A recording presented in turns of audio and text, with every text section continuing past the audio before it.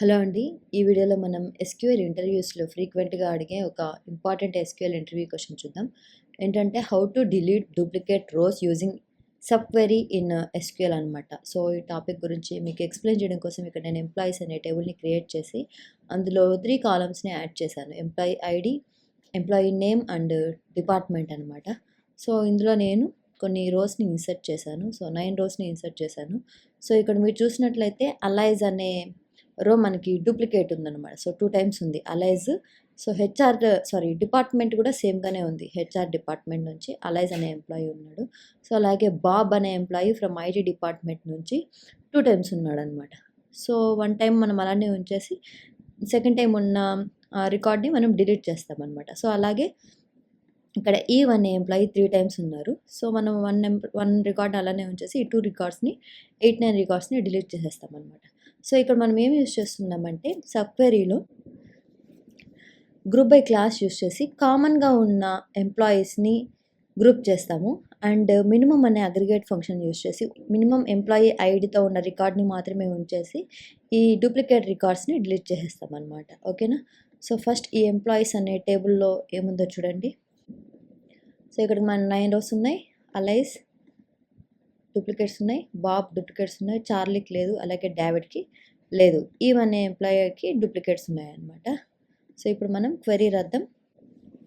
So first నేను select స్టేట్మెంట్లో select employee name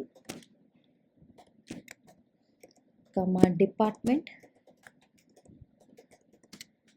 from table name employees. So ఇక్కడ నేను గ్రూప్ బై క్లాస్ యూజ్ చేస్తున్నాను. ఎంప్లాయీ నేమ్ ఇస్తున్నాను ఎందుకంటే కామన్గా ఉన్న ఎంప్లాయీస్ అంతా నా గ్రూప్ అవ్వాలి.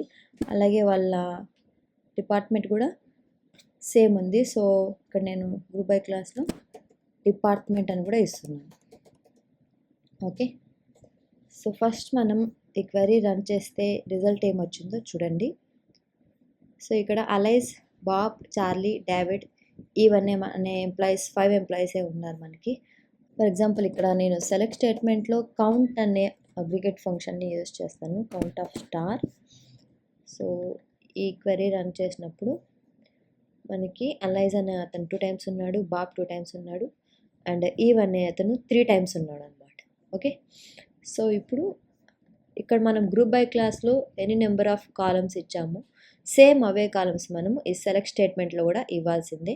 అగ్రిగేట్ ఫంక్షన్ ఉండొచ్చు. ఓకేనా? సో ఇక్కడ నేనేం చేస్తున్నానంటే ఈ సెలెక్ట్ స్టేట్మెంట్లో ఉన్న కాలమ్ నేమ్స్ అంతా తీసేసి ఇస్తున్నాను. మినిమమ్ అనే అగ్రిగేట్ ఫంక్షన్లో నేను ఎంప్లాయీ ఐడిని ఇస్తాను.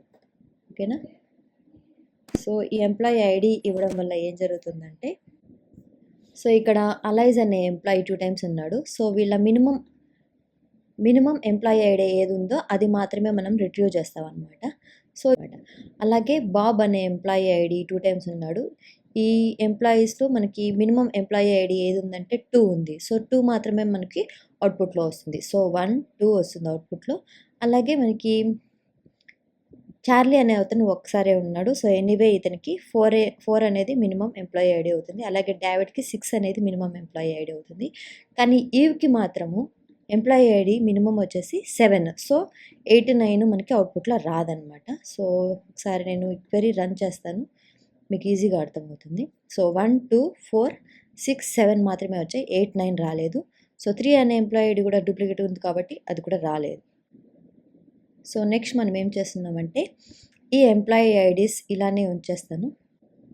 సో ఇవి నెక్స్ట్ మనం ఏం చేస్తున్నామంటే డిలీట్ స్టేట్మెంట్ని యూజ్ చేసి ఈ ఎంప్లాయీ ఐడీస్లో కాకుండా రిమైనింగ్ ఏ ఉంటాయో అవన్నీ డూప్లికేట్స్ కాబట్టి అవన్నీ డిలీట్ చేయడానికి నేను డిలీట్ స్టేట్మెంట్ యూజ్ చేస్తాను.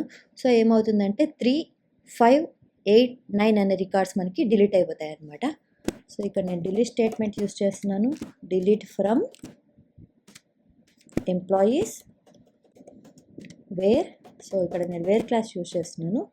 Wear employee ID not in ఈ క్వెరీ అనమాట. సో ఇది నేను పారాంథసిస్లో ఇస్తాను. ఓకేనా? సో ఒకసారి ఈ క్వెరీ రన్ చేస్తే అవుట్పుట్ ఏమొస్తుందో చూడండి. సో ఇలా మనకి ఎర్రర్ వస్తుందన్నమాట. ఎందుకంటే ఈ ఎర్రర్ ఎందుకు వచ్చింది అనేది కూడా ఎక్స్ప్లెయిన్ చేస్తాను. సో ఇక్కడ మీరు చూడండి, you can't specify target table employees for update in from clause. So error ఏంటంటే మనము MySQL యూజ్ చేసేటప్పుడు MySQL does not allow deleting directly from a sub query on the same table అనమాట. ఓకేనా. So ఏం చేయాలంటే మనం wrap sub query inside another select statement చేయాలన్నమాట. So అంటే మీనింగ్ ఏంటంటే ఇక్కడ మనం రాసిన క్వెరీలో సేమ్ ఎంప్లాయీస్ టేబుల్ నుంచే డిలీట్ చేస్తున్నాము, అలాగే సేమ్ ఎంప్లాయీస్ టేబుల్ నుంచే సబ్ క్వెరీ కూడా రాసాము. సో ఇది MySQLలో పాసిబుల్ కాదు. సో ఏం చేయాలంటే ఈ సబ్ క్వెరీని మనం సెలెక్ట్ స్టేట్మెంట్లో వ్రాప్ చేయాలన్నమాట. సో నేను ఈ డిలీట్ స్టేట్మెంట్ అంతా డిలీట్ చేసేస్తాను, అలాగే ఈ సబ్ క్వెరీని ఒక సెలెక్ట్ స్టేట్మెంట్లో వ్రాప్ చేస్తాను. ఓకేనా. సో ఈ సబ్ క్వెరీకి నేను అలియాస్ నేమ్ ఏమిస్తున్నానంటే యాజ్ టెంప్ అంటే ఇది టెంపరరీ టేబుల్గా కన్సిడర్ చేస్తుంది అనమాట ఈ సబ్ క్వెరీని. అంటే టెంపరరీ టేబుల్ని డెరైవేడ్ టేబుల్ అనొచ్చు ఆర్ వర్చువల్ టేబుల్ అని కూడా అనొచ్చు అనమాట. సో ప్రస్తుతానికి ఇది జస్ట్ మనకి ఒక టెంపరరీ టేబుల్ మాత్రమే. ఓకే. సో వ్రాప్ చేసేసి ఈ కాలంకి నేను అలియాస్ నేమ్ ఇస్తాను, ఎంప్లాయీ ఐడి అని ఇస్తున్నాను. సో సెలెక్ట్ స్టేట్మెంట్లో పెట్టాలి దీన్ని. సెలెక్ట్ ఎంప్లాయీ ఐడి ఫ్రమ్ ఈ టెంపరరీ టేబుల్. ఓకే. సో ఇప్పుడు మనం ఈ క్వెరీ రన్ చేసినా కూడా సేమ్ రిజల్టే వస్తుంది. సో ఇక్కడ అవుట్పుట్లో చూడండి, సేమ్ 1, 2, 4, 6, 7 అనేవి నాన్ డూప్లికేట్ రికార్డ్స్ అనమాట. సో ఇప్పుడు మనం డూప్లికేట్ రికార్డ్స్ ఏవేవి అంటే 3, 5, 8, 9. సో ఆ రికార్డ్స్ని మనం డిలీట్ స్టేట్మెంట్ యూజ్ చేసి ఇప్పుడు డిలీట్ చేయొచ్చు. ఓకే. సో ఇప్పుడు మనం అవుటర్ క్వెరీ రాయాలి. Select star from table name employees where. So ఇప్పుడు నేను వేర్ క్లాస్ యూజ్ చేస్తున్నాను. Where employee ID not in. So not in operator use చేస్తున్నాను. సో ఈ ఐడీస్ కాకుండా రిమైనింగ్ ఐడీస్ మాత్రమే మనకి ఇప్పుడు అవుట్పుట్లో వస్తాయి అన్నమాట. సో ఇక్కడ నేను దీన్ని పారాంథసిస్లో క్లోజ్ చేస్తాను, ఇక్కడ సెమీకాలన్ తీసేయాలి. ఓకే. సో ఇప్పుడు నేను రన్ చేస్తే అవుట్పుట్ ఏమొస్తుందో చూడండి. 1, 2, 4, 6, 7 కాకుండా రిమైనింగ్వి అవుట్పుట్లో వస్తాయి, లైక్ 3, 5, 8, 9. ఓకే. చూడండి 3, 5, 8, 9. సో ఇక్కడ ఇవి డూప్లికేట్ రికార్డ్స్ అనమాట. సో వీటిని ఇప్పుడు మనం డిలీట్ చేయాలి. సో 1, 2, 4, 6, 7 అనేవి నాన్ డూప్లికేట్ రికార్డ్స్, ఇవి వచ్చేసి డూప్లికేట్ రికార్డ్స్ అనమాట. సో ఇప్పుడు మనం వీటిని డిలీట్ చేయాలంటే నేను సింపుల్గా ఈ సెలెక్ట్ స్టేట్మెంట్ బదులు ఇక్కడ నేను డిలీట్ అనే యూజ్ చేస్తాను. Delete from employees wear employee ID not in 1, 2, 4, 6, 7 అనమాట. సో ఇప్పుడు నేను ఈ క్వెరీ రన్ చేస్తే నాకు ఈ రికార్డ్స్ అన్నీ డిలీట్ అయిపోతాయి. సో SQL సేఫ్ అప్డేట్స్ని ఎనేబుల్ చేస్తున్నాను. సో నేను దాన్ని డిసేబుల్ చేయాలి. Set SQL safe